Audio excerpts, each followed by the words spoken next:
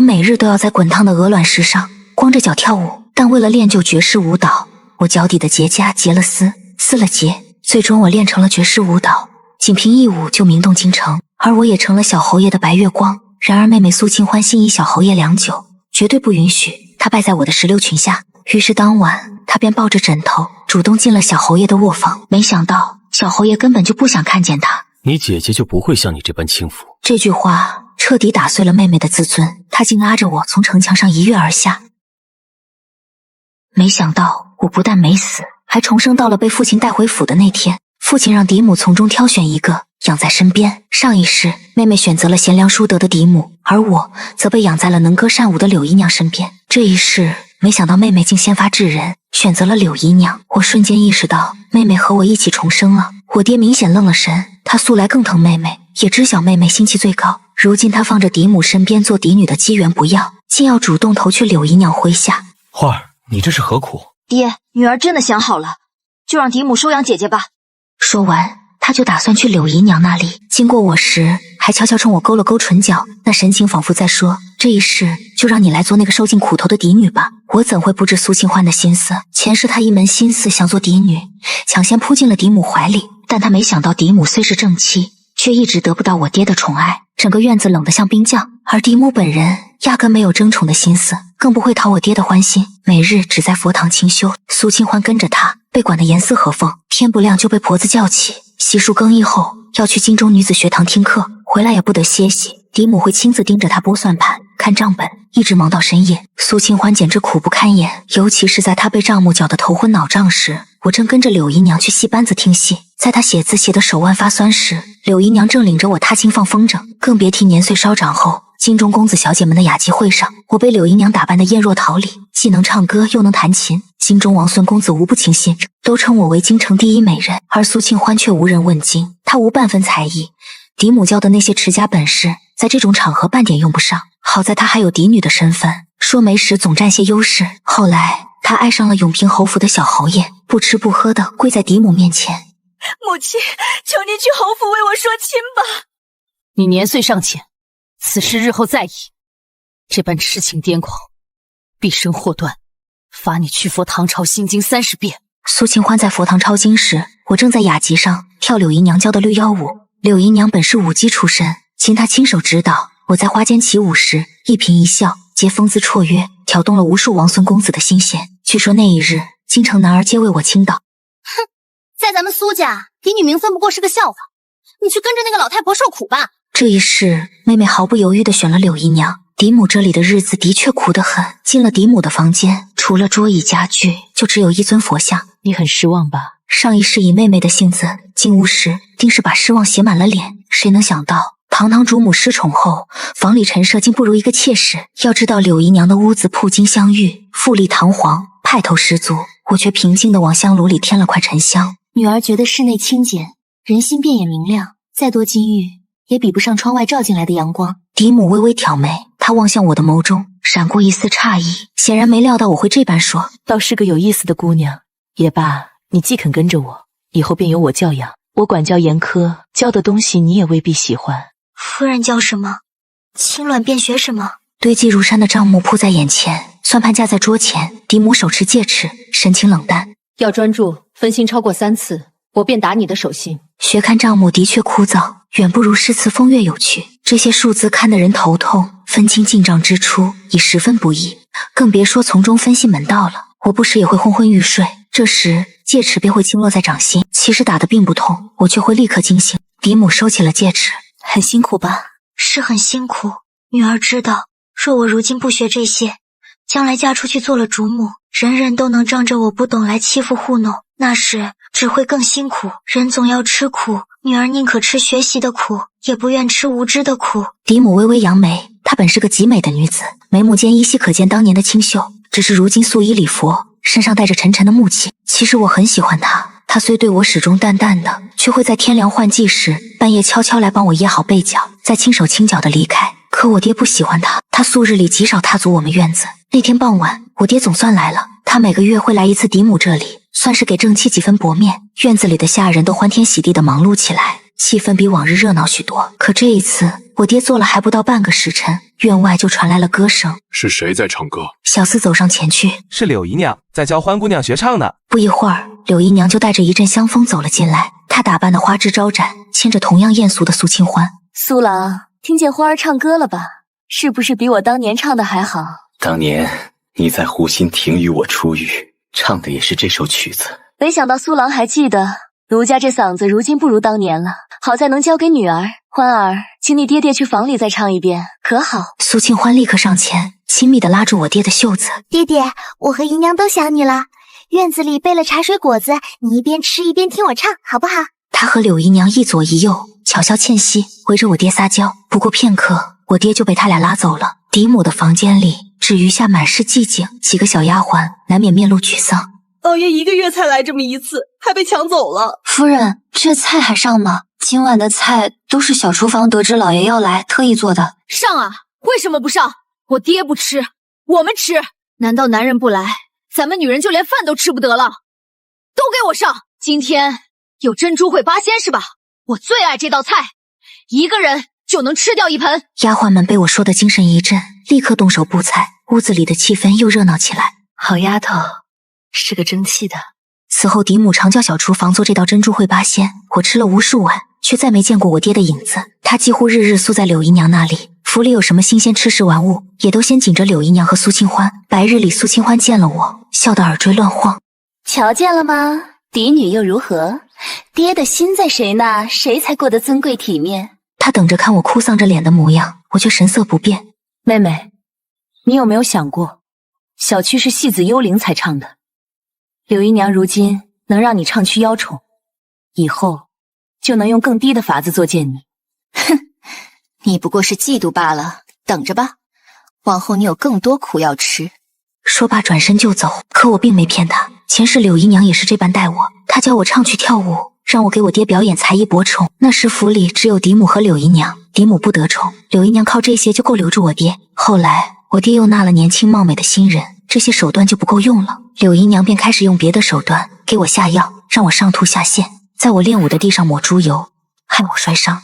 等我病了伤了，她就去我爹那里哭诉求情，用我的痛苦留住我爹的关注。那些年于我而言，如同活在噩梦里。从柳姨娘身上，我看得很明白，若依照男人的宠爱过活，一生都要为这份爱与人争斗，斗到最后总有输的那天。而嫡母不斗，却从未真的输过。在那间清冷如雪库的房间里，田庄的庄头、铺子的老板往来不绝，每个人都对他恭敬有加，半分不敢糊弄。府里的丫鬟婆子、小厮家丁更是井然有序，忠心耿耿。终活一世，我要做的就是这样的主母。就这样，苏清欢跟着柳姨娘学唱曲跳舞，而我跟着嫡母学管账理家。在打点府中上下之余，我向嫡母提了个新要求，我想学剑。嫡母骤然怔住，她房中确实挂着一柄宝剑。从下人的只言片语中，我拼凑出她的过往。她曾是江门虎女，15岁时提剑杀穿叛军重围，为被困城中的父兄送行。只是后来父亲战死，兄长娶亲后，便草草将她嫁给了身为五品文官的我爹。往事蒙尘，宝剑也在墙角静静落灰。上一世的苏清欢见了这剑就怕，我却觉得这剑让人心生向往。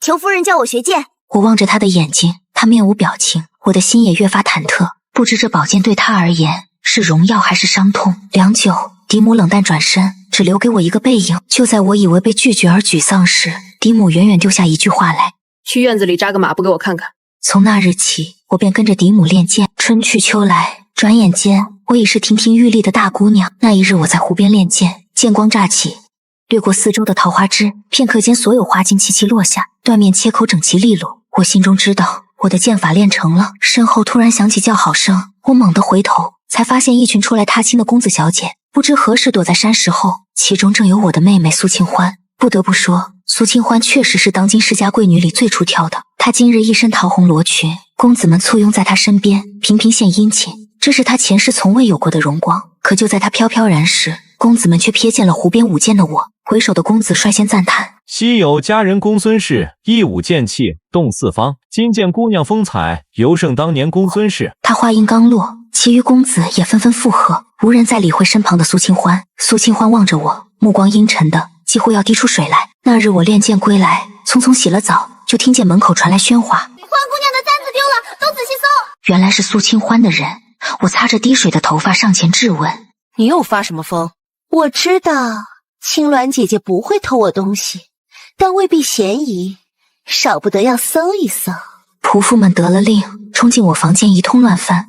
片刻后，有人举着簪子冲了出来。二小姐找到了，在大小姐的梳妆台里。恰在此时，我爹应酬归来，听见这边人声鼎沸，便走了进来。这是怎么了？苏清欢立刻哭出声来。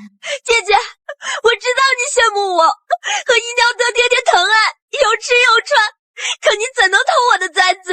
这是姨娘的传家宝。姨娘知道簪子丢了，当场气晕过去，至今人事不省。爹爹，求你为姨娘做主。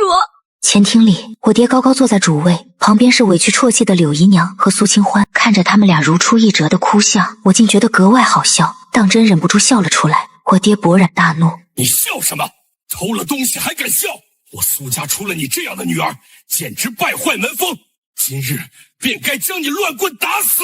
我抬起头，冷眼看着这血脉相连的男人，毫不怀疑他真的敢下手。苏家虽不打杀嫡女，可我本就不是嫡母亲生，生母只是个丫鬟。何况嫡母平日待我向来冷淡，外人也不觉得她对我有半分亲情。柳姨娘捂着胸口，连哭带喘：苏老，你是知道的，这簪子是我娘的遗物，前朝的宫廷之物，贵重无比。其实再贵重的物件，青鸾姑娘若是喜欢，奴家必定双手奉上。可她为何要偷？若是传出去，苏家女儿名声受损，我欢儿的婚事可怎么办？柳姨娘说着又要晕过去，我爹盯着我良久。来人，请家法，按家法偷窃当罚30大板。千钧一发之际，门口突然传来清冷的声音：我看谁敢！嫡母走了进来，她素来早睡，这个时辰本应早已安歇。我万万没想到她会来。嫡母走到我身边，冷淡地直视我爹：官府审人尚且讲究是非分明，哪有偏袒一方就直接上刑的道理？我爹脸色一白，柳姨娘立刻哭喊：是非早已分明，赃物都在青鸾姑娘房里搜到了，难不成就因为她是夫人养的，夫人便要包庇？柳姨娘向来不怕嫡母，这些年我爹宠着她，她早已觉得自己才是府里最尊贵的女子。至于嫡母，不过是个不得夫君喜爱、偏安一隅的废物，即便当面冲撞，也毫无惧色。可素来身着素衣、寡淡少言的嫡母，突然转头望向柳姨娘，那一瞬，她身上迸发出令人不敢直视的威仪。跪下！上不得台面的东西，带着你女儿一起跪下！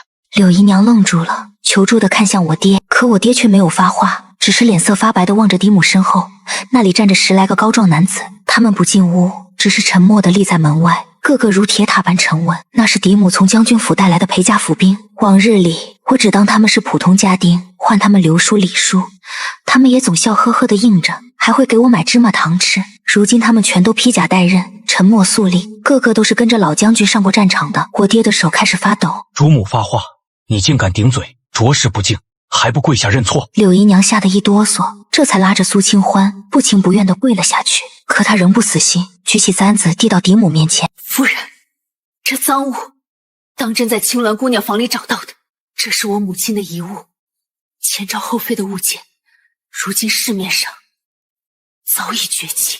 嫡母接过簪子仔细端详，下一瞬，哼，什么破烂货色！一世寂静，所有人都惊呆了。柳姨娘在苏府风光10几年，从未有人敢这般摔她的东西，她自己也愣在原地，看着地上的簪子，连哭都忘了。嫡母冷冷看向我爹：你觉得我云舒月的女儿犯得着偷这种玩意儿吗？你觉得我云舒月的女儿犯得着偷这种玩意儿吗？见我爹讷讷无言，嫡母回眸吩咐侍女吴妈妈：去把我的妆匣取来。嫡母素来极少梳妆打扮，日常只穿素衣，满头青丝仅用一根玉簪挽起，连我都不知她竟有妆匣。吴妈妈很快带着2个小厮抬来一个巨大的檀木盒，打开的瞬间满是流光溢彩。我爹新娶的孟姨娘曾是出宫的宫女，见过不少世面，此刻率先惊叫出声：天哪，这是帝王绿，贡品级的翡翠！那块玉田几10年前就已采空，我只在老太妃那里见过这般水头的镯子，还有这珊瑚珠，1颗便能换10颗金锭。夫人竟有这么大一串项链！柳姨娘面容呆滞，苏清欢怔怔地望着满匣奇珍异宝，目光里满是不解、震惊与怨恨。前世她在嫡母身边多年，从未知晓那清冷如雪窟的屋子里竟藏着这般多的珍宝。嫡母不理会众人的惊呼：过来挑几件喜欢的。我愣了一下，反应过来后连忙摆手：“这太贵重了，我不能收。几样首饰都不敢要，你是我的女儿，我的东西，日后本就该由你继承。”一时间，满是艳羡的目光都落在我身上。苏清欢不甘地瞪着我，柳姨娘已是面如死灰，却仍挣扎着做最后一步。夫人，我知道青鸾姑娘跟着您长大，金尊玉贵如同嫡女，我的欢儿比不上她。您想袒护青鸾姑娘，没人敢忤逆。可难道偌大的苏府，主母嫡女便能肆意妄为？我们这些姨娘淑女的命就不算命了吗？嫡母看向柳姨娘，突然笑了。嫡母冷面冷语时，柳姨娘从未怕过，可此刻她这平静无波的微笑，却让柳姨娘生生打了个寒战。嫡母盯着柳姨娘，话却对着吴妈妈说：“带上来。”嫡母盯着柳姨娘，话却对着吴妈妈说：“带上来。”吴妈妈会意，转身出去。片刻后，2个府兵押着一个披头散发的丫鬟进来。苏清欢失声叫道：“婉翠！”柳姨娘狠狠掐了她一把，苏清欢才将剩下的话咽回去，身子却忍不住剧烈颤抖。那名叫婉翠的婢女趴在地上，浑身是伤。屋内女眷纷纷惊叫着侧目回避，唯有嫡母处变不惊。下午时，吴妈妈便看见这丫鬟在院子里乱窜，故意制造动静引开当值的人，之后又出现在内屋。出来时神色慌张，被路过的家丁撞见。我觉得不对劲，便先做主替老爷审了。这是录好的口供，婉翠已经签字画押，老爷可以过目。嫡母轻轻挥手，吴妈妈将摁了手印的口供呈给我爹，像是早已预料到柳姨娘他们会狡辩。嫡母悠悠开口，封死了所有退路。为防有人说我屈打成招，审人的时候，我特意以苏家长房主母的身份，请了族中长辈前来旁观，他们都可作证，这丫鬟所言句句属实。我爹一手拿着口供，一手不停发抖。他从未想过嫡母竟如此厉害，这个女人不声不响，却早已将一切安排妥当。他明察秋毫，提前抓到内奸，等风波闹起时，他已审完犯人，却又沉得住气，静待对方先发作。如今事情闹大，连族老都见证了审讯，他即便再想偏袒，也无力回天。婉翠吓得拼命磕头：“老爷饶命，都是欢姑娘和柳姨娘指使我的，他们说事成之后给我300两银子。”我爹面色青一阵白一阵，他低头看向跪在地上的柳姨娘和苏清欢。苏清欢早已吓得如筛糠般发抖，柳姨娘到底见过些世面，此刻梨花带雨地望着我爹，用尽浑身解数装可怜：“老爷，奴家服侍您10几年，您救救奴家。老爷，奴家服侍您10几年，您救救奴家。”我只问老爷一句话，偷窃是大罪，按家法当罚30大板，那栽赃陷害该当何罪？我爹看看哭得几欲晕厥的柳姨娘，又看看嫡母，眼神里满是恳求。他们母女确实做错了，但倒也算不上栽赃。这话一出，人人都露出气愤之色，唯有嫡母依旧平静如水。我原想着家仇不可外扬，盼着老爷在内宅能给个公道，可如今看来，老爷政务繁忙，早已昏了头，这家务事断不清了。既然如此，便报官吧。不等我爹回应，转身就往外边走。我爹脸上瞬间血色尽失，快拦住他！苏府下人们一窝蜂地围上去，想要阻拦嫡母的去路。可嫡母掀了掀眼皮，10几个府兵立刻上前，将她护在中心。他们是老将军的旧部，只认夫人，不认老爷。普通家丁在这些铁塔般的府兵面前，早已吓破了胆，不自觉地退开。眼看着嫡母就要走出院子，我爹终于没了办法，他捂住脸，发出一声悲鸣：“来人，把柳氏和那个不孝女拖下去，重打！”月明星稀，我跟着嫡母坐在院子里拨菱角。远处院子里传来柳姨娘和苏清欢此起彼伏的惨叫声。嫡母擦了擦手：“你心里定在笑话我，明明有本事，这些年却不争不抢，过得如此窝囊。”我将剥好的菱角放进雪白的瓷盘。夫人不争，是因为我爹不值得您费心。可夫人若是真心爱谁，还是该争一争的。嫡母的手突然顿住，良久，我听见她悠悠一声叹息：“你知道了？”“是的，我都知道了。”这些年来，我跟着嫡母去京郊佛寺上香，总见到一个僧人。那僧人总穿着一身半旧的灰色僧袍，眉目却如山水画一般惊艳。人们叫他孤臣大师。有人说孤臣大师曾是这京城最出众的少年将军陆星河。当年他白袍银铠，意气风发，与嫡母青梅竹马长大。那柄宝剑就是他送给嫡母的定情信物。舒月，等我回来就娶你。然而那一次出征，10万大军葬身西域，少年将军再也没有回来。嫡母想过跟着一起死的，可最终还是没能死成。她嫁了人，从此心如死灰。10年后，少年将军回来了，想要再见一见心爱的姑娘。然而曾经心爱的姑娘已经嫁作人妇。陆星河没有打扰，他在京郊佛寺剃度，从此法号孤尘。这一切都只是传言。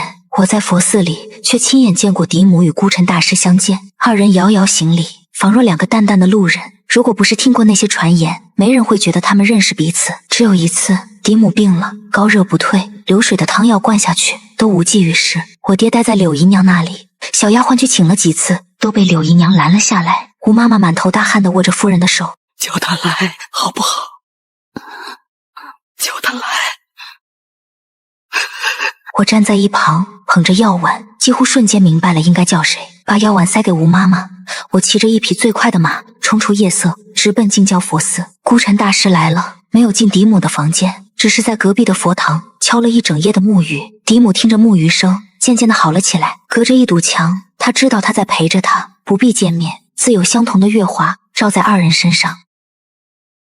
此刻皎洁的月光下，我握住嫡母的手。夫人，有些事您认为已经晚了，但其实还不晚。他看着远处，若有所思。柳姨娘和苏清欢在禁足1个月后被放了出来。我爹偏心偏得太厉害，说是打了30个板子，但事实上每个板子都放了水。柳姨娘和苏清欢当时叫得凄厉，结果不到半个月的功夫就已经恢复如初。私下里再见到我时，苏清欢笑得张扬，有那个老太婆给你撑腰又怎样？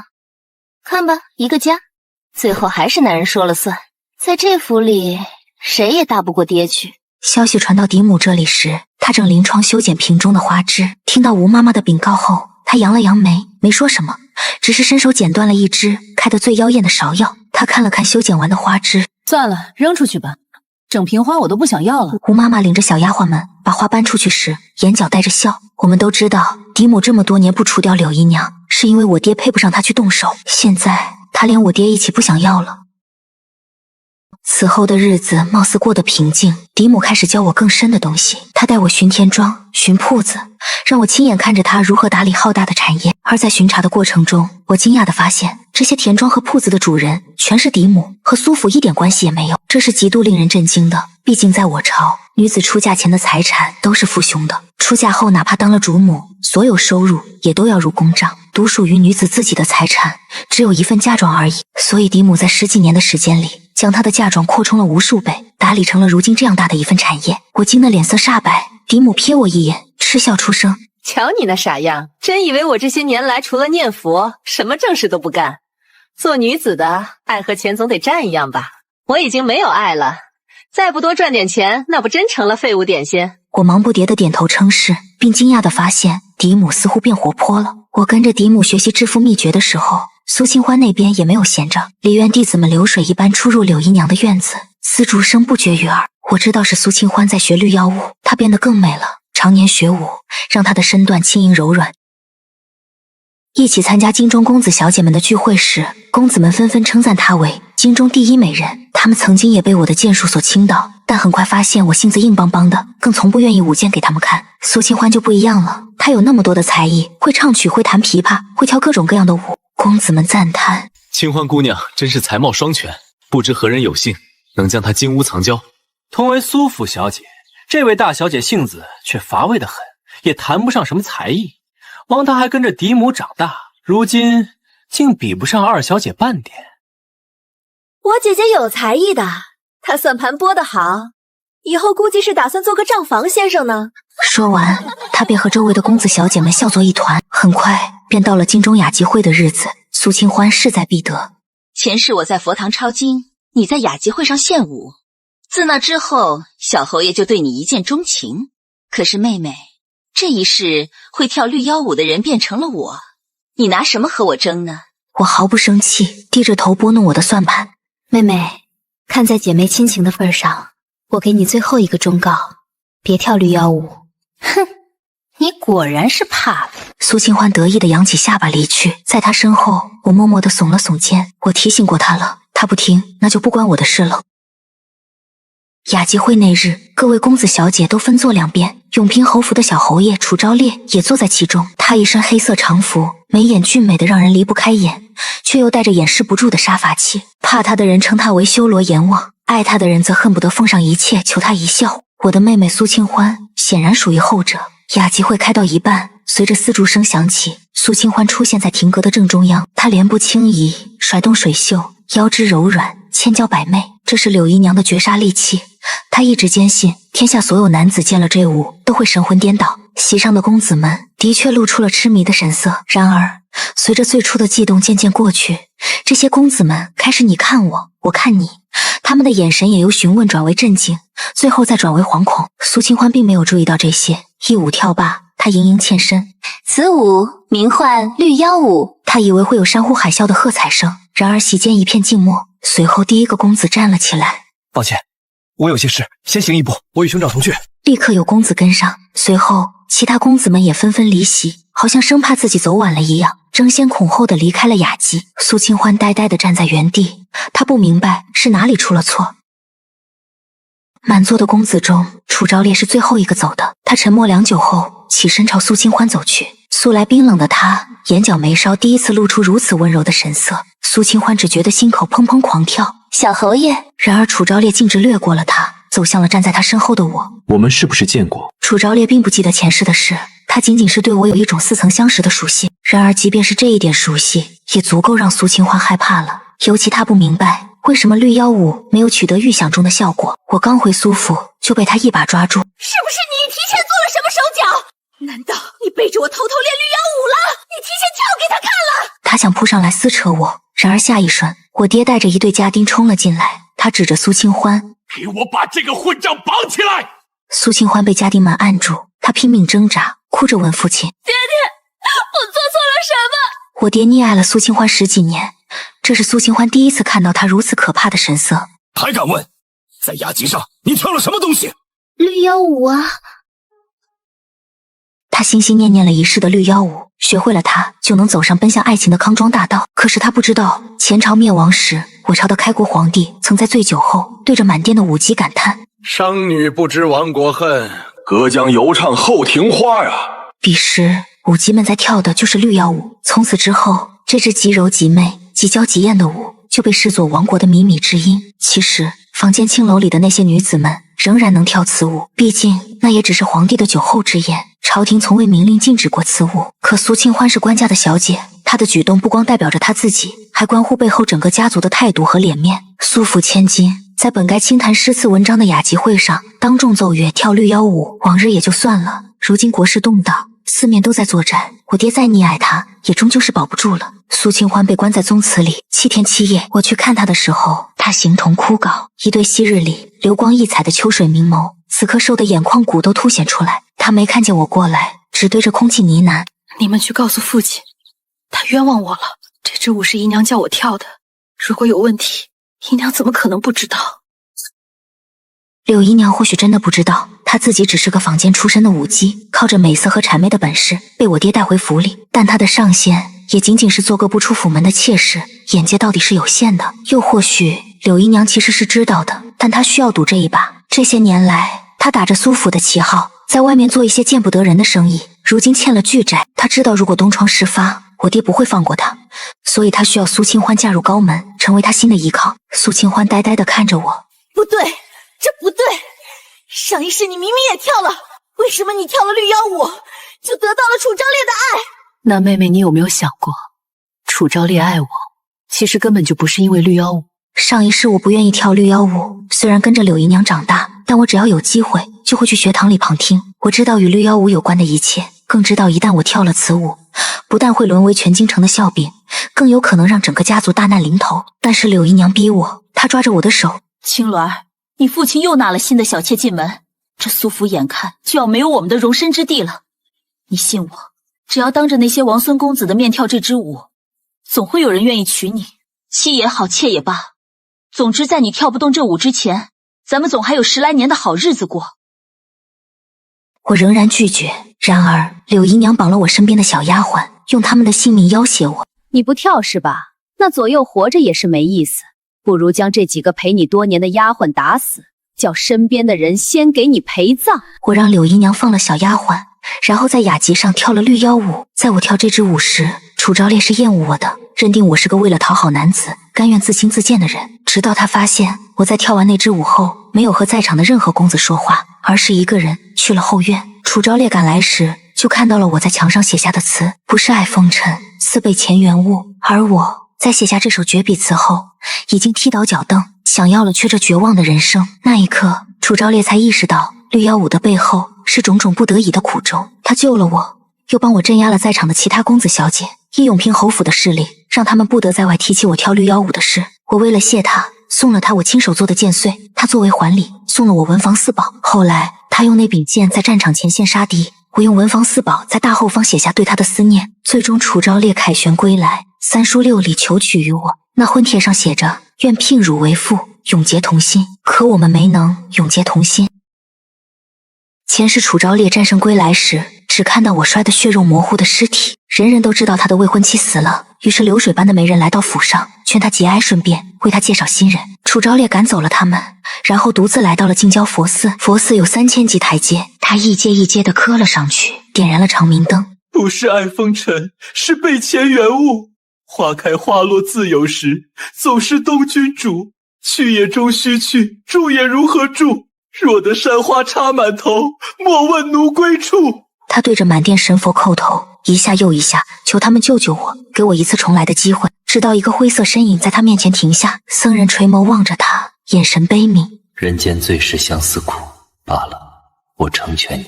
我一开始并不知道这些，是孤臣大师告诉我的。那一日，他为嫡母敲了整夜的木鱼，离开苏府时，他对着我笑了笑。姑娘，我的苦在余生里，那个求了你重生的人，他的苦在于死别。好在如今你们有重见的机会，请务必珍惜这段缘分。月色下，孤臣大师向我合掌，他自己爱别离，求不得，但仍愿天下有情人终成眷属。此刻，我看着呆滞的苏清欢，你明白了吗？所谓的歌舞才艺，博得的不过是一时的宠爱，而真爱从来都不是那么简单的东西，它需要2颗心的相知相许。我与他结缘，或许是因为绿妖舞，但他爱上我，恰恰与绿妖舞无关。自始至终，结局都不会有任何改变。他不爱你，并不是因为别的，只是因为你不是我。不过我还是要谢谢你，如果不是你，我便不会被嫡母收养，更不会知道孤臣大师的故事。所以我这一世的幸福安稳，还要多谢你的成全。苏清欢疯了，他在半夜时分逃出了关押他的宗祠，然后来到柳姨娘的屋子里，掐住了柳姨娘的脖子。我以为整整2世，他最恨的人是我，这时才发现他真正最恨的人是柳姨娘。前世是侯府提亲来求娶我时，柳姨娘跑到嫡母的院子里耀武扬威，她说自己比嫡母得宠，自己的女儿也比嫡母的女儿更争气。青鸾跳了我教她的绿妖舞，小侯爷对她一见钟情，不是奴家夸口，谁学了这支舞，谁便能抓住天下男子的心。跟着嫡母的苏清欢听了这话，信以为真，由此产生了执念。这一世为了学到这支舞，他忍受着柳姨娘从小到大对他的各种利用和折磨，却不想最终一切都是一场空。苏清欢掐着柳姨娘的脖子，声嘶力竭的尖叫，而柳姨娘也拼命挣扎，毫不示弱的骂了回去：没出息的东西，自己没有，得不到男人的心，如今反倒怪起我来了。倘若当初我收养的是青鸾姑娘，她现在早就嫁进高门，接我过去一起享福了。他们厮打间碰翻了烛台，熊熊大火把香金雕玉的屋子烧成了一片废墟，而柳姨娘与苏清欢也全都殒命其中。不过短短几个月，我爹就将那房间重新修葺好，新入府的姨娘住了进去。据说那姨娘昆曲唱得最好，多次在外炫耀。别怪老爷这样宠我，若是有谁能将这首《牡丹亭》唱得像我一样好，谁便能抓住天下男子的心。苏府的烂糟事实在与我无关了。1年后，我与楚昭烈正式成亲。出嫁那日，我穿着嫁衣拜别高堂，嫡母坐在高处。此时她应当按照流程说些体面话，比如侍奉夫君、孝顺公婆，但这些嫡母都没有说。她沉默良久，最终只轻声开口：青鸾，你要快乐。那是她前半生没有得到的东西。送走我后，嫡母将准备好的和离书放在我爹面前，我爹惊呆了。云舒月，你疯了吗？云家不可能允许你和离。的确如此，所以我已经和云家断绝关系了。我爹睁大了眼睛，他不敢相信一个女人跟夫家和离，跟娘家断绝关系，他该怎么在这世上生存？半晌，我爹恍然大悟，他指着嫡母：我懂了，你是看你女儿傍上了永平侯府，觉得自己有靠山了是吧？我需要什么靠山？若说财产，这些年我经营下的产业足以让我8辈子吃穿不愁，你们苏家跟云家加起来都没有我富。若说安全，嫡母拎起那把在他房中放了近20年的宝剑，拔剑出鞘，血色的寒光立刻照亮了室内。老爷，与其操心我，不如多担心你自己。嫡母终于离开了，她生活了10几年的苏府，她将财产清算干净，苏府的东西她绝对不贪，而她置办的那些田产铺子，苏府也绝对别想占到半点便宜。我爹被她气得病倒在床上，等好不容易病好了，发现府里已经衰落得不成样子。嫡母走了，剩下的那帮娇艳妾室，全都是只知道花钱不知道省钱的主，让他们争宠，他们一个个事迹层出不穷，让他们管账，他们个个两眼一抹黑。我爹没办法，只得重新求到了嫡母面前。夫人，过去是我不对，我后悔了。我并不想跟你和离，前尘往事尽数抵消。你跟我回去吧。从今往后，你仍是我苏府的主母，再无人能越过你。嫡母喝着茶半晌，把剩下的茶往我爹脚下一泼。这屋子近来风水不好，怎么总这些邪祟？吴妈妈有空的时候，请到市来做一做法事吧。我爹脸色青一阵白一阵，想发作又发作不出来，被吴妈妈请了出去。他离开后，嫡母看向屏风后，行了，出来吧。我这才笑嘻嘻地走了出来。他白了我一眼，愈发没规矩了，那到底是你亲爹？你连出来跟他见一面都不愿意，就这么躲着看他笑话？谁爱我？谁才是我的血肉至亲？当初为了一根簪子就要打死我的那个亲爹，谁爱要谁要。所以每到了回娘家探亲的日子，我也都是来找嫡母，从来不去苏府。嫡母仍然住在血窟式的屋子里，房中只有一顶香炉，一尊佛像。可我已经识货了，我知道那香炉中的沉香比金子还贵。她一直都是隐藏的富婆，只是懒得显摆。而世人也往往缺乏见识，总将珍珠当作榆木。嫡母洗了手，在佛前焚香，仍然是那副冷冷淡淡的模样。